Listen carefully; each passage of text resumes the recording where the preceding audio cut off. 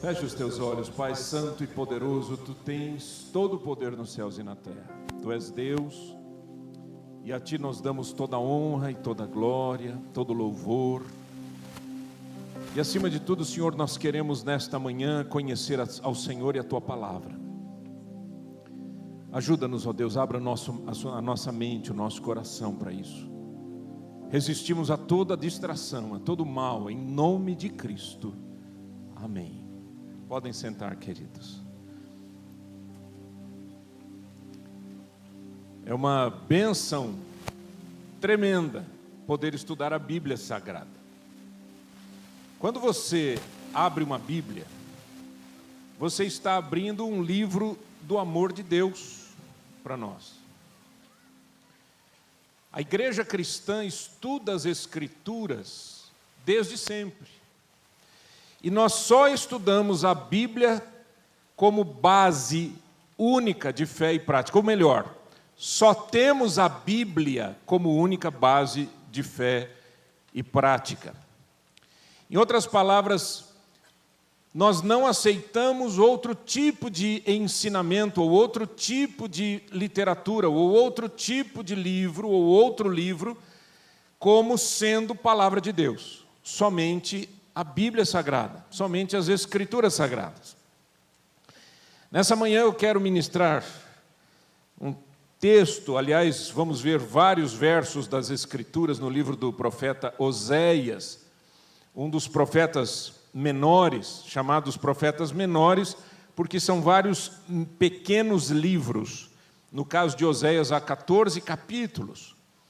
E o tema da nossa mensagem é conhecer ao Senhor e prosseguir em conhecer ao Senhor. Conhecer ao Senhor e prosseguir em conhecer ao Senhor. Vamos ler em Oséias, capítulo 6. Se você tiver com a sua Bíblia aí, eu vou te aconselhar, deixa no livro de Oséias aberto, porque nós vamos ver vários versos no livro de Oséias. Nós vamos ter o texto na tela também, mas é bom você ter a sua Bíblia para você fazer anotações e assim por diante. Oséias capítulo 6, versos 3 e 4, dizem assim os textos, os dois versos. Conheçamos e prossigamos em conhecer ao Senhor. Como a alva, a sua vinda é certa.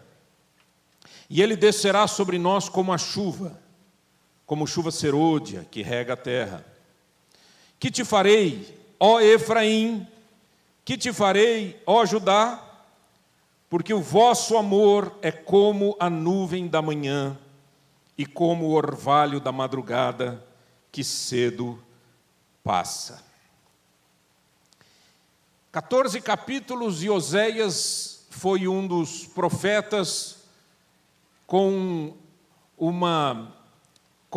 algum comportamento absolutamente difícil de ser compreendido por nós.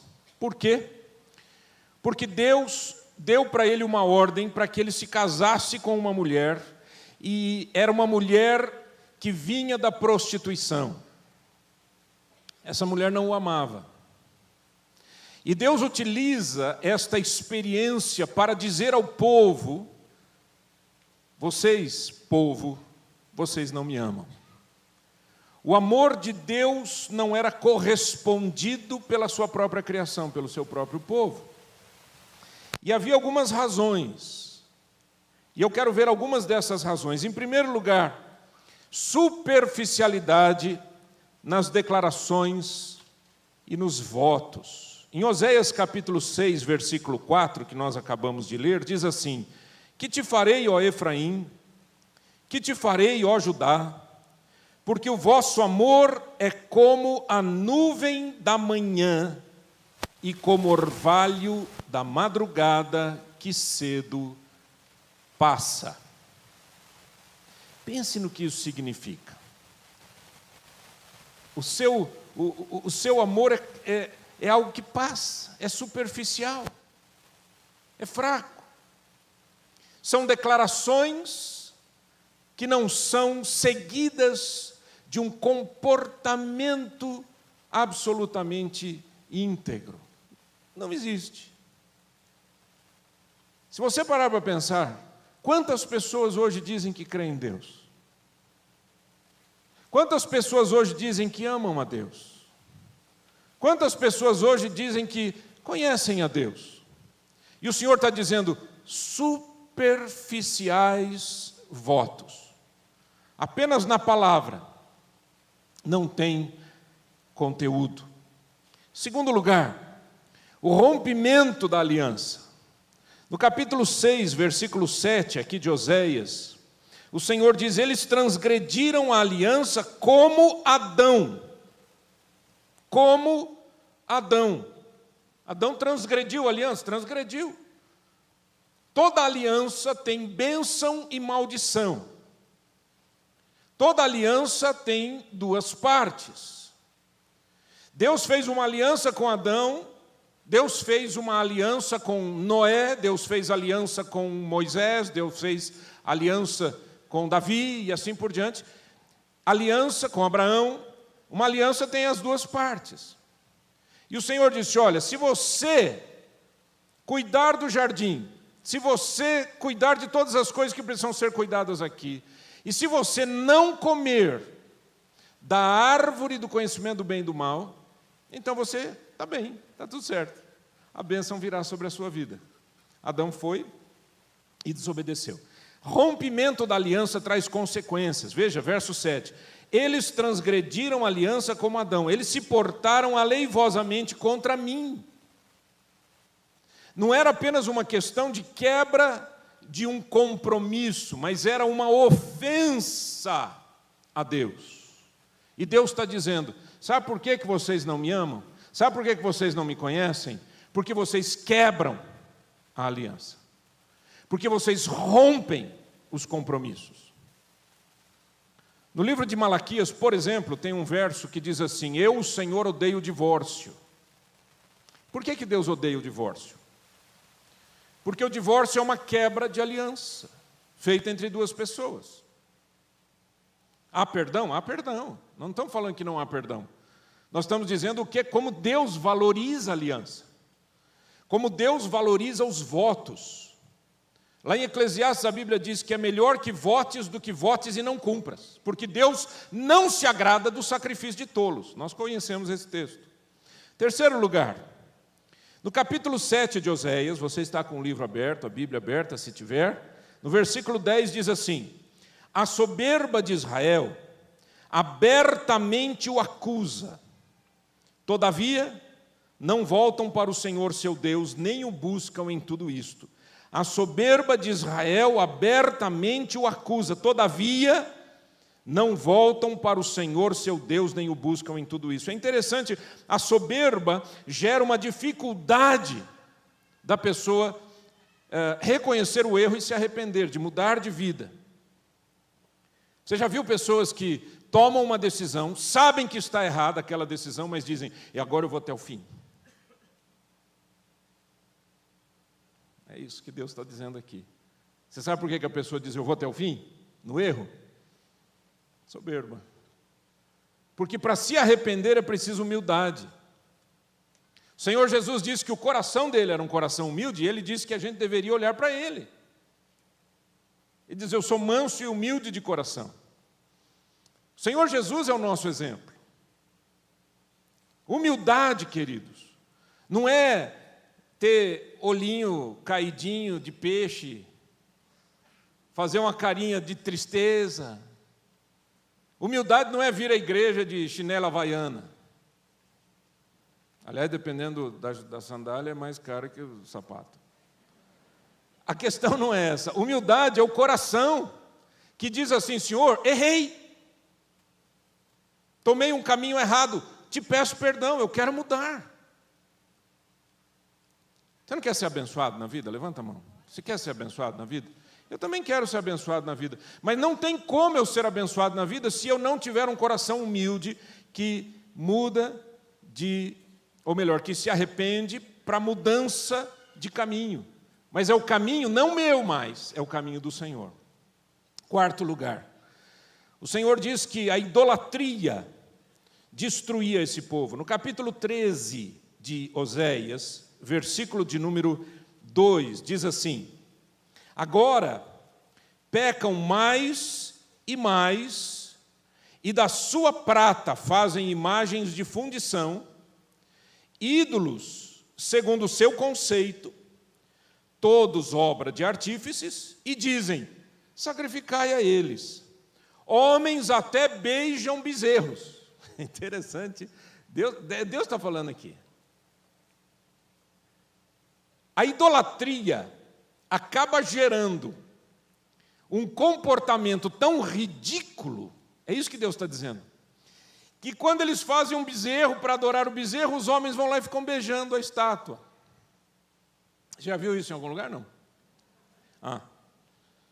Idolatria é uma prática na Bíblia que é a infidelidade espiritual.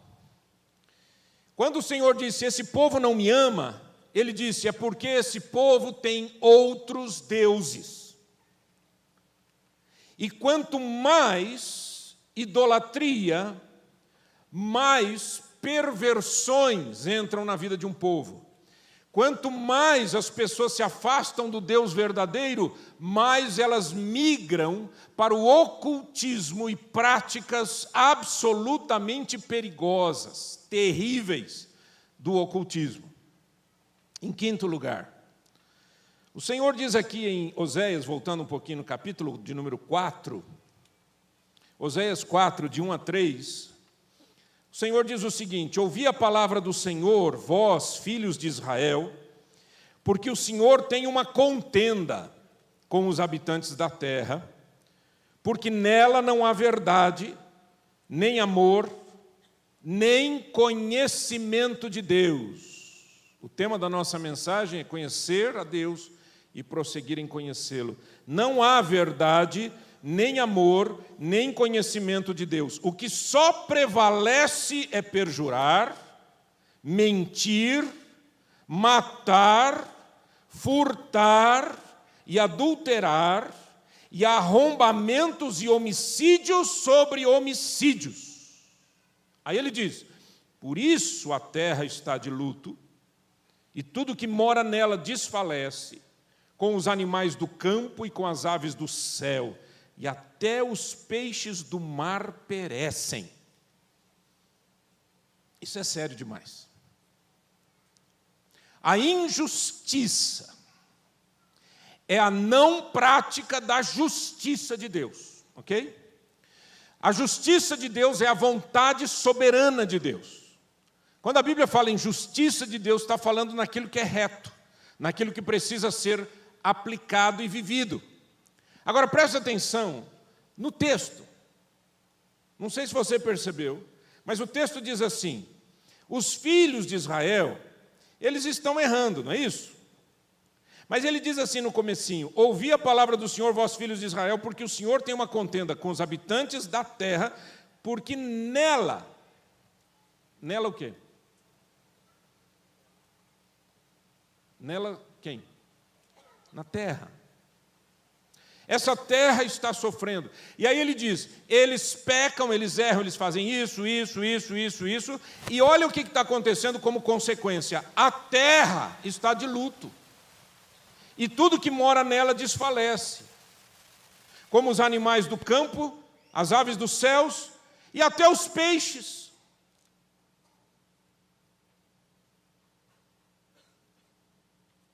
Ontem eu vi uma notícia. Após uma água escura num determinado lugar, que eu não me lembro agora onde é, num riozinho, não sei se é rio, represa, onde que é?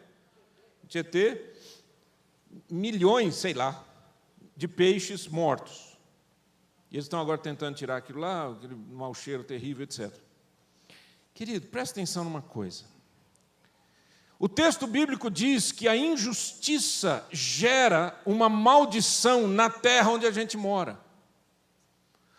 E as aves do céu, que não tem nada a ver com isso, sofrem. E os peixes, que não tem nada a ver com isso, morrem. E a terra fica de luto. E a terra sofre. Presta atenção. O meu erro, a minha injustiça, gera problemas na nação, gera problemas na cidade. Homicídios, arrombamentos, adultério, furtos, mortes, mentiras. Tudo isso acaba gerando um prejuízo para a nação.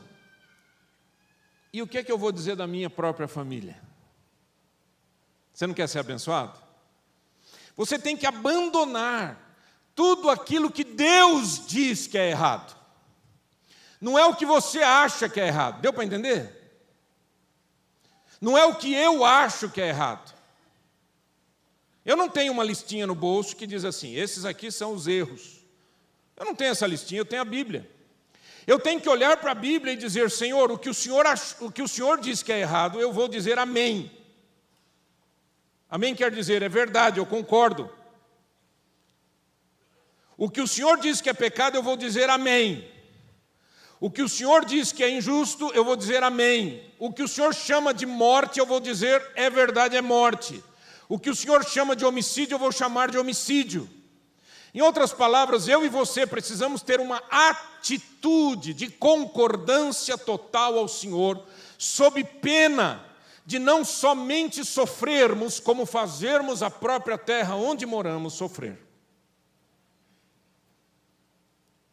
Aí a pergunta é a seguinte: por que o povo não volta para Deus? Muitas vezes está vendo tanto sofrimento, está tendo... Por que não se volta para Deus? Olha o que diz Oséias 5, versículo 4. O seu proceder não lhes permite voltar para o seu Deus, porque um espírito de prostituição está no meio deles, e não conhecem ao Senhor. Um espírito de prostituição está no meio da nação e eles não conhecem ao Senhor. Duas questões seríssimas. A primeira, a Bíblia diz que o diabo, nosso adversário, anda em derredor, rugindo como um leão, procurando a quem possa tragar, ao qual resistirem firmes na fé, sabendo que iguais situações ou lutas têm acontecido entre os vossos irmãos no mundo. Ou seja, a igreja do Senhor Jesus, e quando eu falo igreja, eu estou falando dos cristãos, eu estou falando das pessoas, eu estou falando daqueles que se converteram a Cristo, daqueles que se dobraram ao Senhor, daqueles que se voltaram para Deus. A igreja deve resistir ao mal. Através da oração? Sim. Através de ações justas? Sim. Através de vida transformada? Sim. E conhecer ao Senhor. Porque quem não conhece ao Senhor, dança com o diabo. Há dança. Há dança.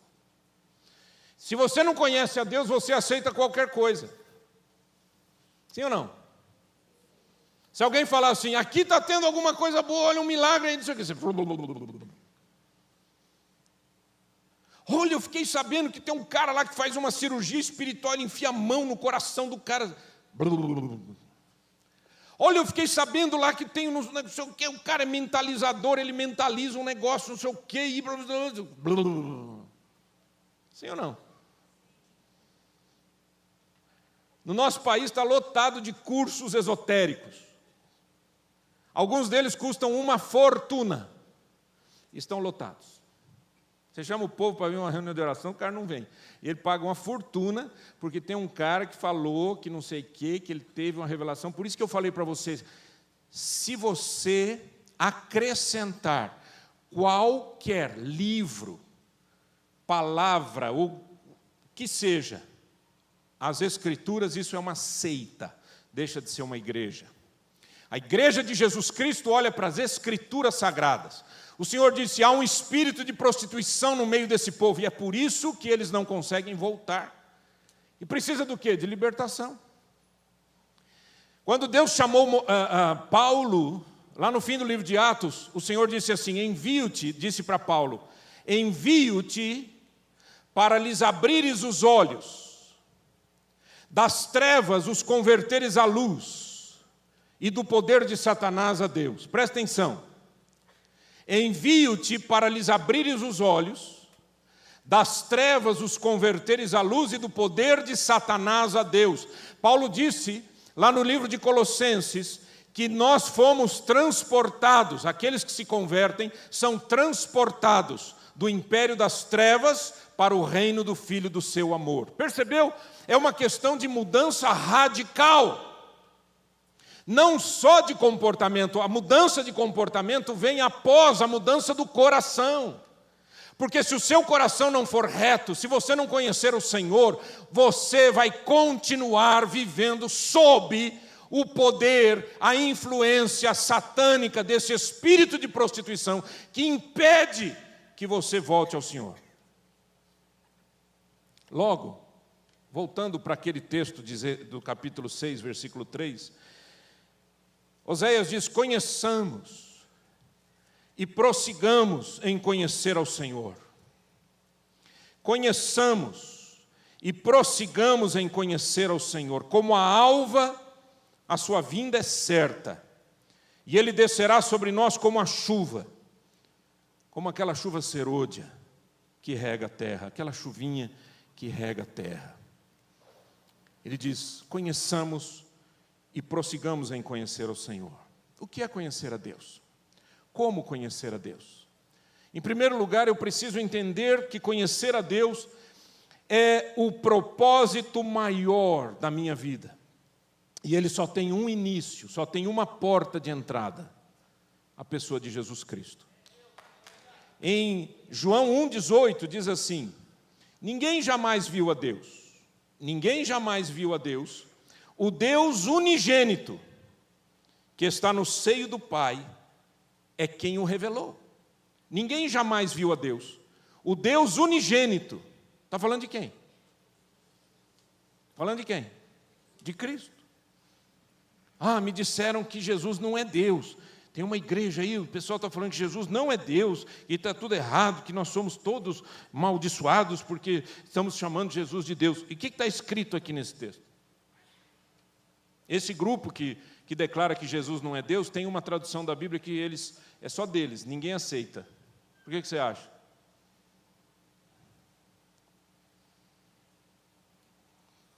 Doideira, né? Ninguém jamais viu a Deus, o Deus unigênito. Jesus, o Deus unigênito, é quem o fez conhecer. Um dia Jesus estava conversando, logo no fim do seu ministério, conversando com os seus discípulos, e aí Filipe disse assim: Senhor, mostra-nos o Pai, e isso nos basta. Olha só, a palavra de Filipe representa exatamente muita gente que diz assim: não, eu não quero ver Jesus, eu quero ver Deus. Filipe, que era discípulo de Jesus, disse assim: Senhor, mostra-nos o Pai, e isso nos basta. Resposta de Jesus em João capítulo 14, versos 8 a 11. Filipe, há tanto tempo estou convosco e não me tens conhecido? Quem me vê a mim, vê o Pai. Como dizes tu, mostra-nos o Pai? Não crês que eu estou no Pai e que o Pai está em mim? As palavras que eu vos digo, não as digo por mim mesmo, mas o Pai, que permanece em mim, faz as obras. Crede-me que eu estou no Pai, e o Pai em mim. Crede ao menos por causa das mesmas obras. As mesmas obras do Deus Todo-Poderoso lá do Antigo Testamento, as mesmas obras do Senhor Jesus. Ele diz: eu e o Pai somos um. Nós vivemos num tempo de sincretismo religioso muito grande. E hoje, se falar em Deus, a pessoa pode dizer para você: Deus te abençoe, e você diz: olha que lindo, que carinhoso, que bonito, que lindo, que espiritual. Mas você não sabe que Deus é esse. Certo ou não? Aí lá no dinheiro está escrito: louvado seja Deus. Aí lá no dólar está escrito: nós confiamos em Deus. Aí você diz assim: que Deus é esse? Aí vem os muçulmanos e dizem: Deus nos mandou fazer isso. Vamos lá, quebra tudo. Aí vem o outro lá e diz: Deus nos mandou fazer aquilo. Vamos lá, tem aqui os ídolos, vamos ajoelhar. Aí o outro vem e diz: o meu Deus é não sei o quê, é uma energia. Aí vem o outro e diz: o meu Deus é uma luz forte, não sei o quê. Você quer conhecer a Deus? Você precisa conhecer Jesus Cristo. Ponto final. Não existe outra conversa. Não existe outra porta. Jesus disse: eu sou a porta. Eu sou a porta. Segundo lugar, Oséias diz: conheçamos e prossigamos em conhecer. Não é apenas um dia em que eu digo: sim, Senhor, eu creio que Jesus é o Senhor e é Deus, e Ele morreu na cruz para me salvar, amém, aleluia, me entreguei a Ele. Mas agora tem uma continuidade de vida, um prosseguir, um perseverar nesta vitória e nesta mensagem. E eu me lembro de um texto que está em Filipenses capítulo 3, versos 8 a 11, palavras do apóstolo Paulo, quando ele disse, um pouco antes dessas palavras, ele estava dando o testemunho dele a respeito da vida dele. Ele diz: eu sou hebreu de hebreus, quanto à lei eu fui fariseu, quanto ao meu zelo, eu fui perseguidor da igreja, e tal, e falou um monte de coisa. Aí ele diz o seguinte: sim, deveras considero tudo como perda, por causa da sublimidade do conhecimento de Cristo Jesus, meu Senhor, por amor do qual perdi todas as coisas e as considero como refúgio. Essa tradução aqui é muito gentil. A tradução da palavra grega é esterco. Considero tudo como esterco, para ganhar a Cristo e ser achado nele, não tendo justiça própria que procede de lei, senão a que é mediante a fé em Cristo, a justiça que procede de Deus, baseada na fé. Para quê? Para o conhecer, e o poder da sua ressurreição, e a comunhão dos seus sofrimentos, conformando-me com ele na morte, na sua morte, para de algum modo alcançar a ressurreição dentre os mortos. Que coisa incrível! O que Paulo está dizendo é: eu tenho um propósito na vida, e o meu propósito é conhecer o Senhor e continuar conhecendo ao Senhor. É conhecer o meu Deus através do Senhor Jesus. Eu olho para Cristo, eu vivo como Cristo, eu amo a Cristo. Cristo é o Senhor da minha existência. Por quê? Porque eu não quero que esse espírito de prostituição que já está na nossa nação entre na minha vida, na minha família e nas minhas gerações. Eu não quero. Você quer? Eu não quero. Paulo disse: eu acabei com toda a minha soberba, e eu estou chamando tudo aquilo que eu conquistei de esterco.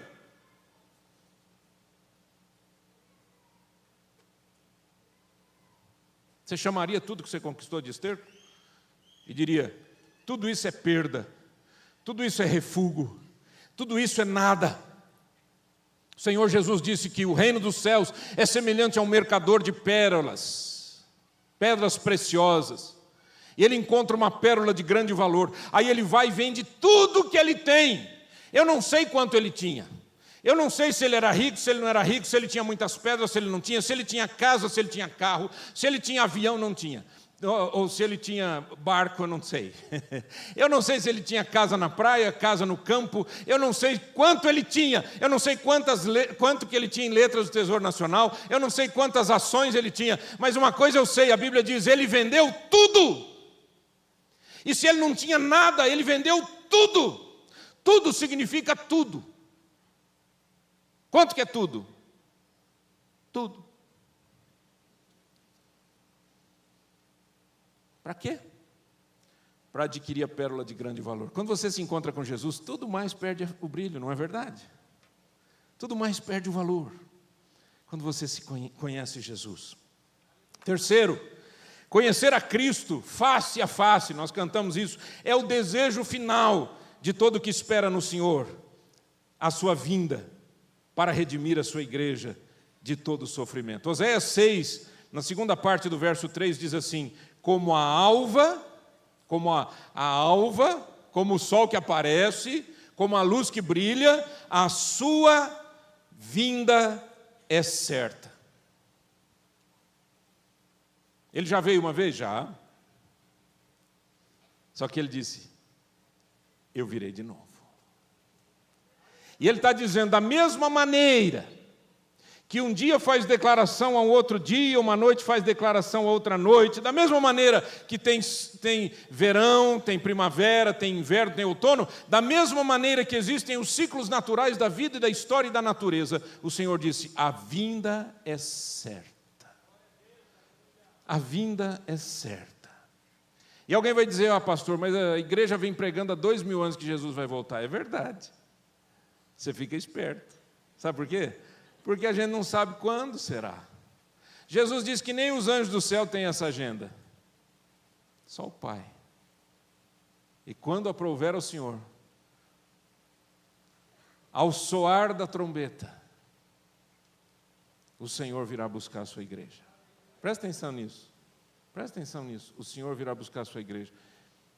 E aqueles que não estão entendendo ou não entenderam, não se entregaram ao Senhor Jesus, que grande decepção terão.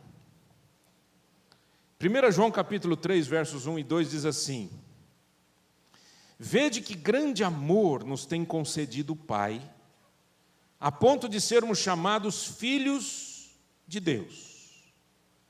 E de fato somos filhos de Deus. Por essa razão o mundo não nos conhece, porquanto não o conheceu a Ele mesmo.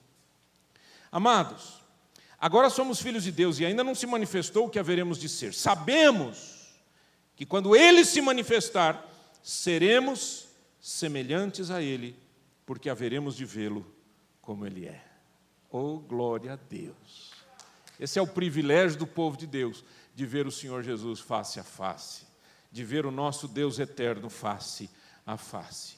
A pergunta que fica agora, nessa hora, nesse lugar, nessa manhã, é a seguinte: qual é a minha atitude diante de tudo que você ouviu, do que eu ouvi, do que a Bíblia ensinou para a gente? Eu quero ler com você Oséias capítulo 14. Oséias capítulo 14. Diz assim: povo de Israel, volte para o Senhor seu Deus. Você caiu porque pecou. Voltem para Deus e orem assim: perdoa todos os nossos pecados, ouve a nossa oração, e os nossos louvores serão o sacrifício que te ofereceremos. A Assíria não pode nos salvar, e a cavalaria não pode nos proteger. Nunca mais diremos aos ídolos feitos por nós mesmos que eles são o nosso Deus. Tu, ó Deus, és misericordioso e cuidas dos necessitados. Você percebeu o que tem aqui? O que tem aqui, no último capítulo de Oséias, é o apelo do Senhor. E é esse apelo que eu transmito para você em nome do Senhor Jesus. O que ele está dizendo é o seguinte: é um convite de Deus. Em primeiro lugar, ele diz: volte para Deus. Você precisa conhecer a Deus e prosseguir em conhecê-lo. Você precisa ter uma vida com Deus, dirigido para Deus, viver para Ele, amar somente a Ele. Volte para Deus. Ai, pastor, hoje pela manhã, uns textos da Bíblia aqui tocaram meu coração, porque tem algumas coisas na minha vida que eu vou lhe dizer, pastor, que situação, que luta, que angústia, que trevas. Claro, volte para Deus. Nele tem luz, nele tem vida, nele tem esperança. Aí ele diz assim: orem assim, perdoa os nossos pecados, porque ele diz que os pecados é que fazem a gente cair, que destroem a nossa casa e que destrói a nossa terra. Você lembra disso?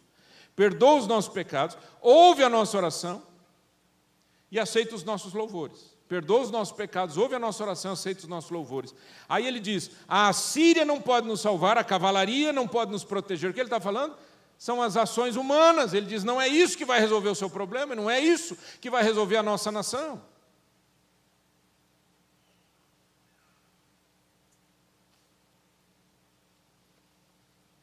Qual é o caminho que você tem tomado para a resolução dos seus problemas? E aí ele diz: nunca mais diremos aos ídolos que eles são nosso Deus. O que é isso? Arrependimento e rompimento com o erro. Eu e você precisamos entender isso. Deus quer que quando Ele diz é errado e eu digo amém, eu rompa com o erro. Rompa. Não dá para conviver com o pecado, você tem que entender isso. E aí ele diz, tu, ó Deus, és misericordioso e cuidas dos necessitados. Que tal se a gente pudesse, nesse momento, orar? E orar ao Senhor e falar exatamente essas palavras ao Senhor. Eu quero orar pela sua vida, eu quero orar pela sua família. E eu quero pedir que a igreja do Senhor ore por si e ore pela terra, pela nossa terra. Quanta coisa inexplicável tem acontecido na sua vida e você diz assim, isso tinha que mudar, Senhor, tinha que mudar. Pois deixe-me dizer uma coisa para você, só muda se você fizer do jeito de Deus. Não dá mais para você ficar abraçado ao pecado, chamando o seu pecado de meu bem. Ai, pastor, mas olha, eu tento, viu, pastor? Eu tento, viu? Deus sabe que eu tento. Ainda boto Deus no meio ainda. Para garantir a sua falta de coragem no rompimento com o pecado. O pecado tem que ser rompido. Imagine um homem ou uma mulher que arrumou um amante. Aí a pessoa diz assim, eu estou tão arrependido, eu não quero perder meu casamento. A primeira pergunta que a gente faz é a seguinte, o que você vai fazer com o amante? Eu estou orando. Ai, que espiritual, bonito. Orando? Sabe o que Deus fala? Ele diz assim, o seu pecado é que te faz cair. Então o que você faz com o pecado? Você pede perdão e rompe com ele. Ai, pastor, é igual o cara que quer largar de fumar, né? Eu estou tentando. Eu fumava 20 cigarros, eu estou fumando 19, eu estou numa luta, o senhor não tem ideia. Disse, filho, não vai. Do 19 você vem para o 18, do 18 você volta para o 20, do 20 você vai para o 15, do 15 você volta para o 20. E vai continuar. A questão não é eu ficar tentando. A questão é a seguinte, ou você diz amém para Deus, ou Deus não diz amém para você. Deus não vai dizer amém para as minhas atitudes. Ele vai dizer, esse é o caminho, andai nele. Eu não conheço você. Mais ou menos eu conheço a mim mesmo. Mas uma coisa eu sei. Eu preciso conhecer a Deus. E prosseguir em conhecer a Deus. É isso que você quer? Sim ou não? Fique em pé, por favor, se você puder. Eu vou pedir que nesse momento você feche os teus olhos. E nós vamos fazer uma oração sincera diante de Deus. E logo depois dessa oração, eu quero convidar você a tomar uma decisão. Você que precisa tomar uma decisão. Por Jesus Cristo. Porque sem Cristo você não pode conhecer a Deus. Ou eventualmente, você já tomou uma decisão por Cristo, mas não permanece nesta decisão. Não tem permanecido. Então, logo após essa oração, eu vou convidar você para sair do seu lugar e vir à frente. Sabe por que a gente convida para vir à frente? Porque é importante para você, não é importante para a gente.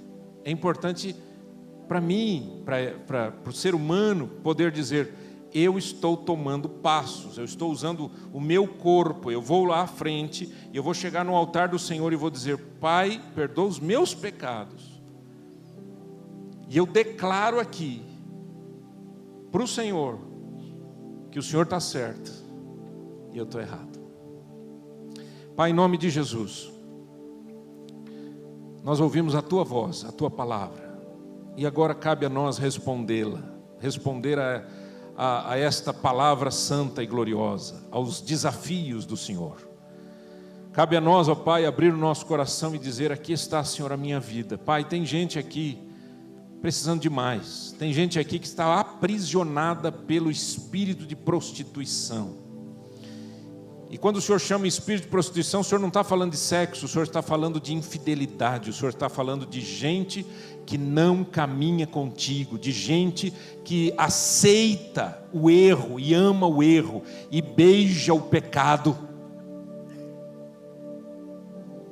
Eu quero repreender em nome do Senhor Jesus Cristo a toda amarra, toda armadilha, toda algema que segura espiritualmente as pessoas que estão aqui nesta manhã.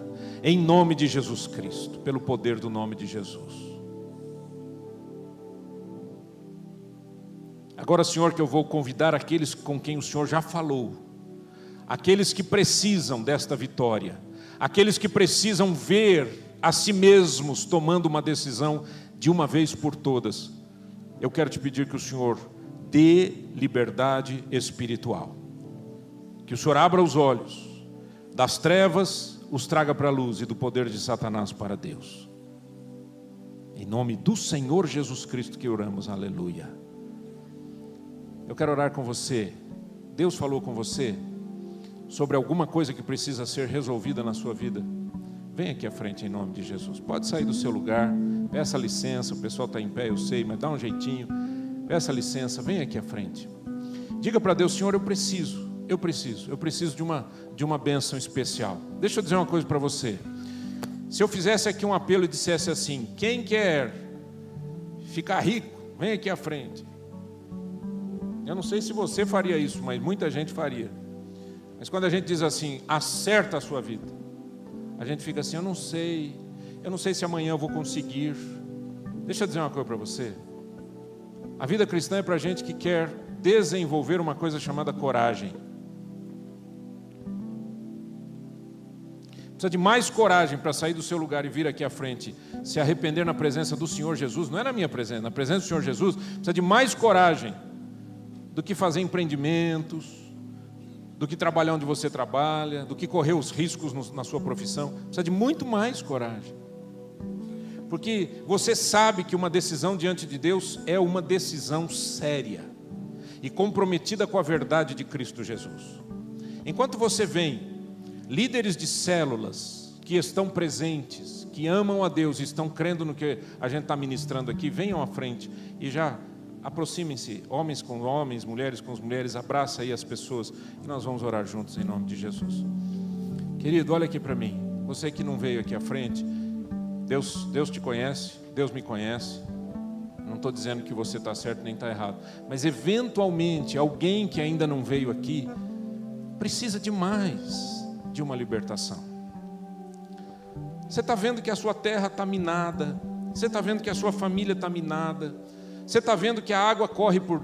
Um dia eu estava falando com os homens, eu disse, isso se chama a síndrome da erosão. Sabe o que é erosão? Erosão é quando aquela água que ela vai escorrendo em algum lugar, ela entra num buraquinho e ela vai correndo por baixo da terra. De uma hora para outra, a terra afunda e tem um buraco. Você não consegue tapar o buraco, porque ficou tantos anos com aquela água correndo por debaixo, ninguém via. A sua vida pode estar tudo certinho, você paga seus impostos, você recebe seu salário, você está tudo bem, e você é casado, e você olha para os seus filhos, e as pessoas olham para você, está tudo lindo, gente, está tudo lindo. Dali a pouco, um buraco, erosão, cai tudo, rompe tudo, destrói tudo, e você diz, de onde veio essa maldição? Você sabe de onde.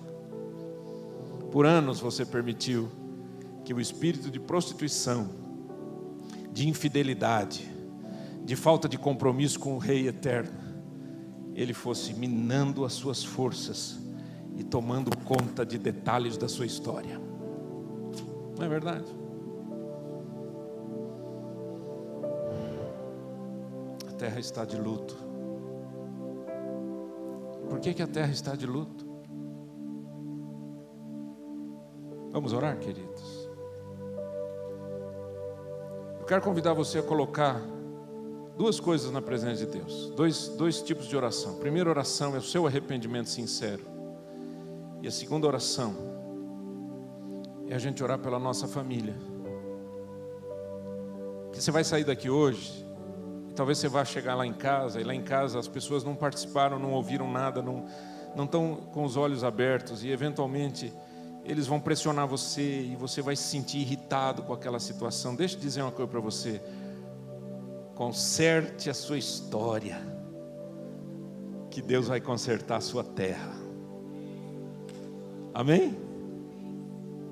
Pai, em nome do Senhor Jesus Cristo, Deus de vitória, Deus de misericórdia, nós lemos aqui nas Escrituras Sagradas, Senhor, essa oração, Pai, quando o Senhor diz: perdoa todos os nossos pecados, ouve a nossa oração e aceita os nossos louvores. Pai, esses corações que vieram aqui à frente, o Senhor conhece cada um deles. O Senhor conhece pensamentos quando eles não chegaram à nossa boca. O Senhor sabe quem somos. O Senhor sabe quem somos de verdade. Perdoa os pecados que estão sendo confessados agora.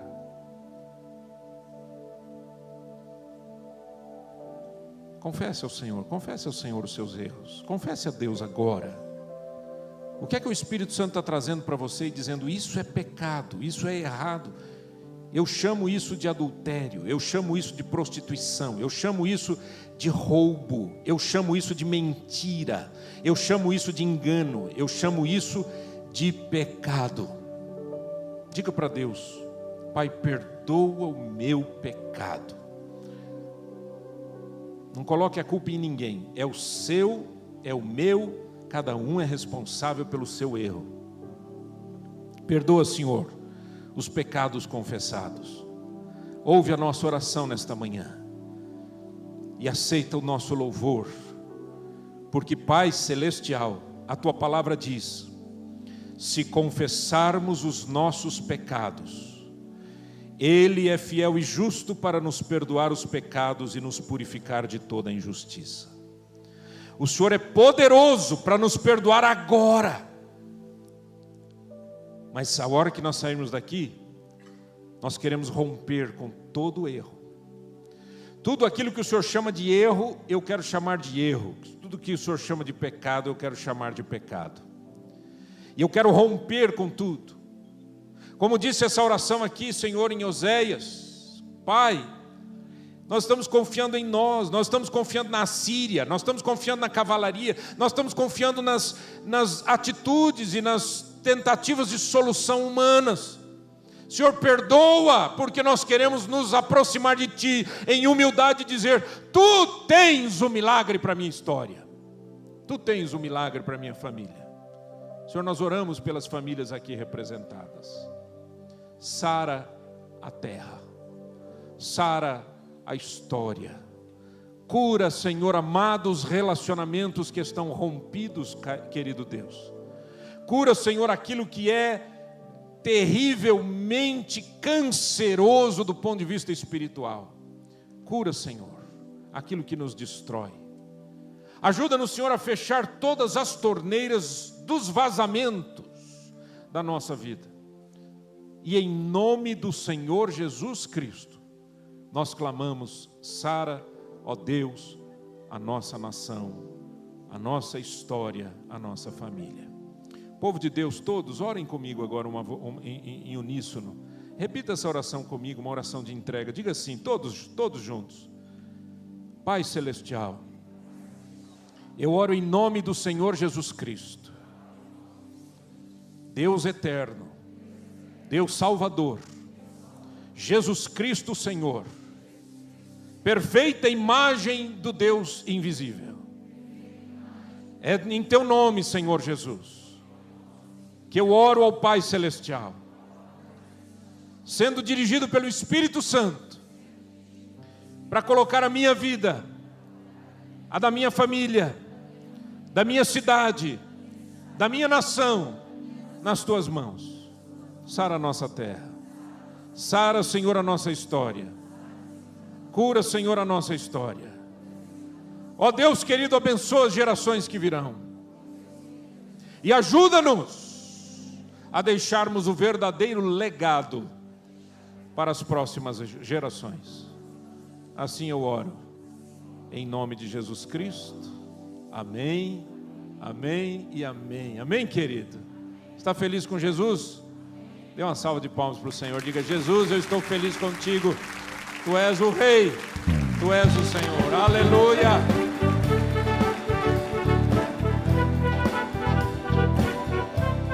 Cante esse compromisso com esse Deus.